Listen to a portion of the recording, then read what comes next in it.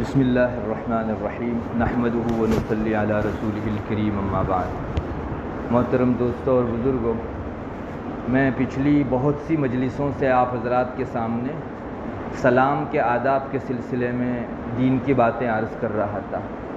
تقریباً معلومات اور معمولات جو شریعت نے سلام سے متعلق کیے تھے وہ پورے ہوئے۔ شریعت کا ایک اور حکم ہے، کسی کے گھر میں جاؤ تو گھر میں جانے سے پہلے اجازت لو، جس کو شریعت استئذان کہتی ہے۔ آپ کتابیں حدیث شریف کی کتابیں اٹھا کر دیکھو گے تو وہاں ایک مستقل آپ کو باب ملے گا، ایک ٹاپک ملے گا، باب الاستئذان، یعنی کسی کے گھر میں جانے سے پہلے اس سے اجازت لینا۔ قرآن کریم میں بھی اللہ تعالیٰ نے مستقل چند آیتیں اتاری ہیں، کسی کے گھر میں داخل ہونے کے موقع کے جو آداب ہیں اس کو ان چند آیتوں میں اللہ تعالیٰ نے ذکر فرمایا ہے۔ سورہ نور میں مسلسل 3، 4، 5 آیتیں ہیں ایسی جس میں اللہ تبارک و تعالیٰ کسی کے گھر میں داخلے کے موقع پر کیا آداب بجا لانے چاہیے اس کو ذکر فرماتا ہے۔ چنانچہ اللہ تعالیٰ فرماتے ہیں، یا ایھا الذین آمنوا، اے ایمان والو، لا تدخلوا بیوتا غیر بیوتکم، اپنے علاوہ دوسروں کے گھروں کے اندر تم کو داخل ہونا ہو تو لا تدخلوا، وہاں ایک دم سے داخل مت ہو جاؤ، حتی تستأنسوا، ان سے پہلے انس حاصل کر لیا کرو، ان سے اجازت لے لیا کرو، وتسلموا علی اہلھا، اور گھر والوں کو سلام کر لیا کرو، ذالکم خیر لکم لعلکم تذکرون، یہ تمہارے حق میں بہتر ہے تاکہ تم لوگ ایک نصیحت کی چیز حاصل کرو۔ اس آیت کریمہ میں اللہ تعالیٰ نے 2 باتیں ذکر فرمائی۔ کسی کے گھر میں داخلہ پانا ہو تو ایک دم سے گھر میں گھس مت جاؤ، بلکہ 2 کام کرو۔ ایک کام تو وہی جو پیچھے میں کئی روایتوں میں بیان کر کے آیا، سلام کرنا۔ چنانچہ حضرت قتادہ کی یہ روایت میں نے آپ کو سنائی، نبی اکرم صلی اللہ علیہ وسلم کا ارشاد ہے کہ جب کسی کے گھر میں جاؤ تو گھر والوں کو سلام کرو، اور گھر میں سے رخصت ہو کر باہر جاؤ تو باہر جانے کے موقع سے بھی الوداعی سلام کرو۔ تو جانے پر بھی سلام کرنا ہے گھر میں، اور گھر سے باہر نکلنے کے وقت بھی سلام کرنا ہے۔ حضرت انس رضی اللہ تعالیٰ عنہ کی یہ روایت بھی میں نے آپ کو سنائی، جس میں رسول اللہ صلی اللہ علیہ وسلم نے خاص حضرت انس رضی اللہ تعالیٰ عنہ کو یہ تاکید فرمائی تھی، یا بنیہ، چونکہ حضرت انس نبی اکرم صلی اللہ علیہ وسلم کی خدمت کے اندر لگ بھگ 10 سال رہے، ایک بہت لمبا عرصہ گزارا، تو اکثر و بیشتر آپ صلی اللہ علیہ وسلم جو نصیحت حضرت انس کو فرماتے تھے انہی کو خطاب کر کے کہتے تھے کہ بیٹے ایسا کرو، ایسا مت کرو۔ تو حضرت انس رضی اللہ تعالیٰ عنہ کو آپ نے فرمایا، یا بنی، اے بیٹے، تم اپنے گھر میں جب داخل ہو، یہاں رسول اللہ صلی اللہ علیہ وسلم نے اپنے گھر میں داخلے کے ساتھ یہ بات ذکر فرمائی، تم اپنے گھر میں داخل ہو تو گھر والوں کو سلام کر لیا کرو، یہ تمہارے حق میں بھی برکت کا سبب ہے اور گھر والوں کے حق میں بھی برکت کا سبب ہے۔ تو ایک ادب تو یہ آیا کسی کے گھر میں داخلے کے موقع سے یا اپنے گھر میں داخلے کے موقع سے کہ انسان کو سلام کرنا چاہیے، جو اس آیت کریمہ میں ذکر کیا۔ لیکن اس سے پہلے ایک بات اور ذکر کی، حتی تستأنسوا، اجازت لے لیا کرو، چاہے دوسرے کے گھر میں داخل ہونا ہو یا اپنے گھر میں داخل ہونا ہو۔ جیسا کہ میں آپ کو روایت میں آگے بتاؤں گا کہ اگر تنہا ہماری والدہ کسی حجرے میں ہے تو آپ ایک دم سے حجرے میں مت چلے جایا کرو، ہمارے بھائی بہن ہیں تو ایک دم سے مت چلے جایا کرو، بیوی ہے اس کا مسئلہ الگ ہے، باقی اور رشتہ داروں سے بھی آپ ان کے حجرے میں اور کمرے میں جانے سے پہلے اجازت لو۔ تو 2 چیزیں ادب کی سمجھ میں آئی، ایک تو سلام کرنا ہے اور دوسرے نمبر پر اجازت لے کر پھر داخل ہونا ہے۔ پھر قرآن آگے کہتا ہے، فَإِن لَّمْ تَجِدُوا فِيهَا أَحَدًا، اگر اس گھر میں تم کسی کو نہ پاؤ، فَلَا تَدْخُلُوهَا حَتَّى يُؤْذَنَ لَكُمْ، تب تک گھر میں مت جانا جب تک تم کو اندر سے اجازت نہ ملے۔ بعض مرتبہ ہم لوگ یہ کرتے ہیں کہ کسی گھر میں 2-3 مرتبہ اجازت چاہی، نہ ہاں کا جواب آیا نہ نا کا جواب آیا، تو ہم سمجھتے ہیں کہ گھر والوں کو ہمارے داخلے سے کوئی پرابلم نہیں ہے، اندر داخل ہو جاتے ہیں۔ قرآن نہ کہتا ہے کہ صاف اجازت نہ آئے اندر سے اس وقت تک آپ کو اندر داخل نہ ہونا ہے۔ فَلَا تَدْخُلُوهَا حَتَّى يُؤْذَنَ لَكُمْ وَإِنْ قِيلَ لَكُمُ ارْجِعُوا فَارْجِعُوا هُوَ أَزْكَىٰ لَكُمْ، گھر میں سے اگر یہ کہہ دیا جائے کہ بھائی اس وقت چلے جاؤ، اپنے واپس لوٹ جاؤ، تو تم کو بلا کسی حجت کے، بلا ڈسکس کے واپس چلے آنا چاہیے. یہ تمہارے لیے زیادہ پاکیزگی کا باعث ہے. بعض لوگ یہاں بھی الٹا کرتے ہیں کہ گھر میں بھائی اس وقت جو ہے میں وقت دیکھ کر آیا، مجھے کیوں آنے نہیں دیا جاتا. یہ بے موقع ہے. گھر کا آدمی زیادہ جانتا ہے کہ وہ کس وقت کس مشغولی کے اندر ہے. تو اس نے آپ کو کہا کہ اس وقت چلے جاؤ، تو آپ کو فوراً لوٹ جانا چاہیے. ہوا ازکا لکم، یہ تمہارے لیے زیادہ پاکیزگی کا باعث، تمہارے اخلاق ستھرے رہیں گے. اگر تم اس وقت تو میں کرنے گئے تو تمہارے اخلاق بگڑ جائیں گے. واللہ بما تعملون علیم، تم جو کچھ بھی کرتے ہو اللہ کو سب معلوم ہے. دیکھیے یہ مستقل آیتیں گھر میں داخلے کے موقع سے ہمارا رب اتار رہا ہے. اس قرآن کریم میں جو تمام کتابوں کے اوپر نگران ہے، پچھلی جتنی بھی کتابیں اتری ان سب کے اوپر نگران قرآن کریم ہے. وَمُهَيْمِنًا عَلَيْهِمْ، جو قرآن کریم کے اندر اپنی تعریف ذکر کی گئی ہے. قرآن نگران ہے.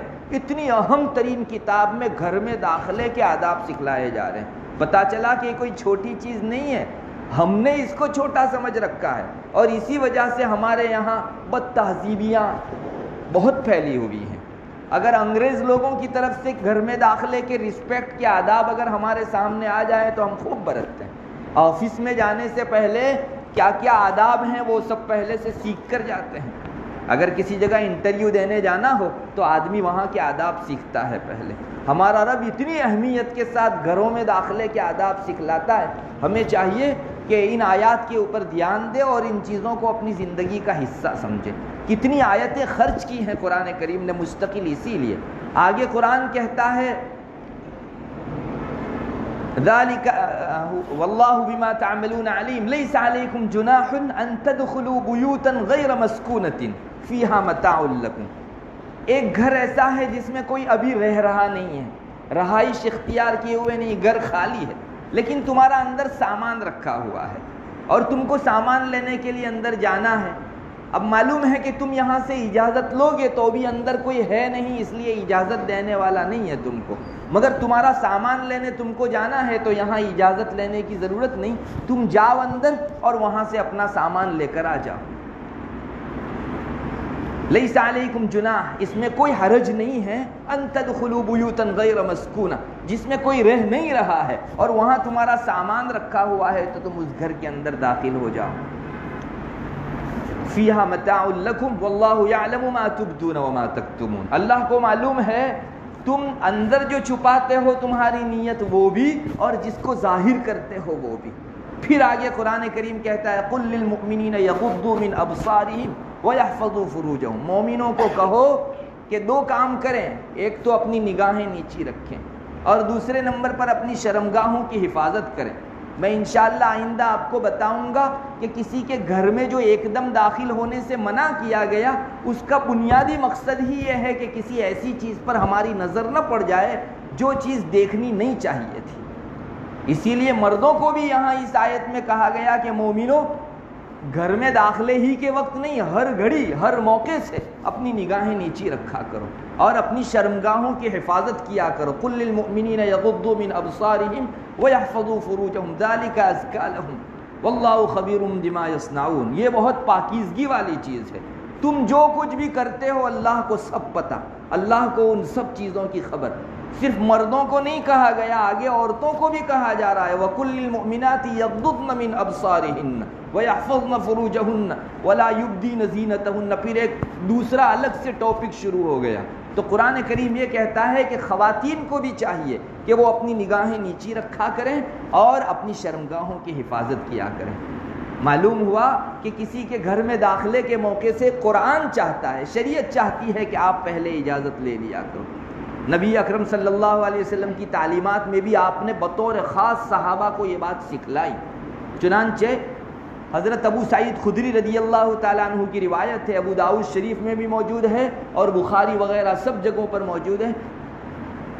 ایک مرتبہ حضرت ابو سعید خدری رضی اللہ تعالیٰ عنہ فرماتے ہیں کہ میں حضرت ابی ابن کعب رضی اللہ تعالیٰ عنہ کی مجلس میں بیٹھا ہوا تھا. چند اور انصاری صحابی بھی تھے. ایک دم حضرت ابو موسیٰ اشعری رضی اللہ تعالیٰ عنہ جو ایک اور صحابی ہیں بہت گھبرائے ہوئے آئے. اس مجلس کے اندر آ کر لوگوں نے پوچھا کہ کیوں گھبرائے ہوئے ہو اتنا؟ تو حضرت ابو موسیٰ اشعری رضی اللہ تعالیٰ نے فرمایا کہ مجھے حضرت عمر رضی اللہ تعالیٰ عنہ نے اپنے گھر بلایا تھا، تو میں گیا ان کے گھر، میں نے 3 مرتبہ نوک کیا، دستک دی اور اپنی تعریف بھی کی، اپنا تعارف کروایا، پہچان بتائی، لیکن اندر سے کوئی جواب نہیں آیا، تو میں اپنے واپس لوٹ کر چلا آیا۔ بعد میں حضرت عمر رضی اللہ تعالیٰ عنہ مجھ سے ملے تو مجھ سے پوچھنے لگے کہ آئے کیوں نہیں تھے ابو موسیٰ؟ تو حضرت ابو موسیٰ فرماتے ہیں میں تو آیا تھا، 3 مرتبہ آپ کے یہاں دستک دی، آپ نے مجھ کو ہاں یا نہ نہیں کہا، تو میں سمجھا کہ یہ موقع نہیں ہے، اس لیے واپس لوٹ گیا۔ اور رسول اللہ صلی اللہ علیہ وسلم کی یہ تعلیم ہے، آپ نے فرمایا جب تم کسی کے یہاں اجازت لینے جاؤ تو 3 مرتبہ اجازت مانگو، اگر اجازت نہ ملے تو واپس لوٹ آؤ۔ یہ حضرت ابو موسیٰ اشعری رضی اللہ تعالیٰ نے رسول اللہ صلی اللہ علیہ وسلم کی حدیث سنائی۔ اب حضرت عمر رضی اللہ تعالیٰ نے یہ حدیث سنی نہیں تھی، تو ان کو بہت اچنبھا ہوا، اور انہوں نے کہا کہ یہ حدیث کی حیثیت سے تم بیان کرتے ہو، جاؤ کسی کو گواہ لے کر آؤ کہ یہ رسول اللہ صلی اللہ علیہ وسلم نے فرمایا ہے۔ اب حضرت عمر کا ایک ہالٹ تھا، ان کے زمانے کے اندر دور خلافت میں وہ جو فرماتے تھے کرنا پڑتا تھا، اور مسلم شریف کی روایت میں یہاں تک کہ حضرت عمر نے فرمایا اگر گواہ نہیں لاؤ گے تو میں سزا دوں گا تم کو۔ تو حضرت ابو موسیٰ اس سلسلے میں بہت گھبرائے کہ میں کہاں سے کسی گواہ کو لے کر جاؤں۔ بس اسی گھبراہٹ کے اندر حضرت ابی ابن کعب کی جو مجلس لگی تھی اس کے اندر وہ آئے، تو حضرت ابی ابن کعب اپنے آس پاس بیٹھے ہوئے لوگوں کو فرمانے لگے کہ بھائی ہم میں سے سب سے چھوٹی عمر والا کون ہے؟ تو حضرت ابو سعید فرماتے ہیں کہ میں ہی چھوٹی عمر والا تھا۔ تو حضرت ابی ابن کعب نے فرمایا جاؤ ان کے ساتھ جا کر حضرت عمر کو گواہی دو کہ رسول اللہ صلی اللہ علیہ وسلم نے یہ تعلیم دی ہے کہ کسی کے گھر میں جاؤ 3 مرتبہ اجازت مانگو، نہ ملے تو واپس چلے آؤ۔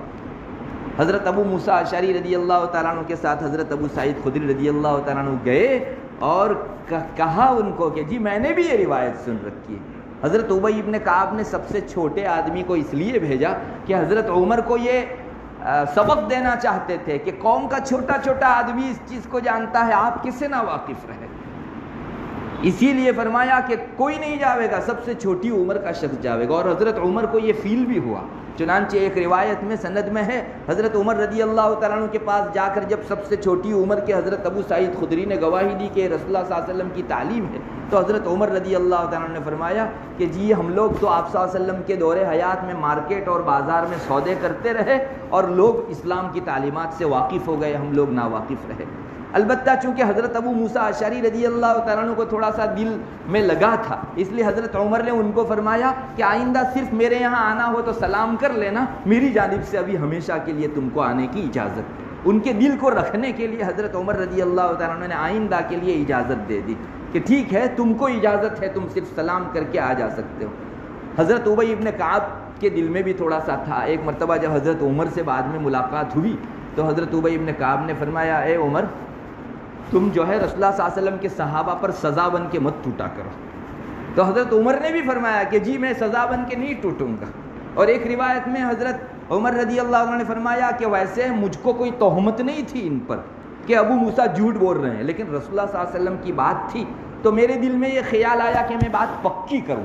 2 آدمیوں سے اگر میرے سامنے بات آ جاوے گی تو حدیث ایک بہت اہمیت رکھنے والی چیز ہے، اس کا لوگوں میں احساس چلے گا۔ ایک اور روایت میں بھی ہے کہ حضرت عمر رضی اللہ تعالیٰ نے فرمایا کہ مجھے کوئی تہمت نہیں ہے ابو موسیٰ پر کہ وہ جھوٹ بول رہے ہیں، لیکن رسول اللہ صلی اللہ علیہ وسلم کی حدیث بیان کرنا بڑا سخت امر ہے، لوگ بے تحاشا بیان نہ کرنے لگے۔ ایک اور روایت میں صاف ہے کہ لوگ آپ پر باتیں اور حدیثیں گھڑنے نہ لگیں، اس لیے میں اس طرح کا کام لیتا ہوں تاکہ لوگ بے تحاشا آپ کے حوالے سے باتیں نہ کرنے لگے۔ بہرحال اس روایت میں آپ کو معلوم ہو گیا کہ کسی کے گھر میں داخلے کے موقع سے خود رسول اللہ صلی اللہ علیہ وسلم کی تعلیم ہے، آپ 2 کام کرو، پہلے جو ہے آپ اجازت لو، سلام کرو، پہلے سلام کرو اور اس کے بعد اجازت لو۔ انشاءاللہ وہ ترتیب بھی میں آئندہ روایتوں کے حوالے سے آپ کو بتانے والا ہوں۔ ہم میں سے بہت سے لوگ اس کو فریڈم سمجھتے ہیں اور معاشرے کی آزادی سمجھتے ہیں. اور میں نے آپ کو بتایا ویسٹرن کلچر ہم پر بہت غالب آ گیا ہے. پشچمی سنسکرتی یہی ہے کہ بھائی اپنائیت اسی میں ہے کہ بے تحاشا گھس جاؤ کسی کے گھر میں. یہ اپنائیت نہیں ہے، بہت سی مرتبہ دونوں کے درمیان میں ناچاقی اور نا اتفاقی لانے والی چیز ہے. ہمیں چاہیے کہ ہم لوگ اسلامی تعلیمات پر عمل کریں اور یہ دنیا کی جو سنسکرتیاں ہیں ان سے اپنے دامن کو جھاڑ دیں. اللہ تبارک و تعالی عمل کی توفیق عطا فرمائے.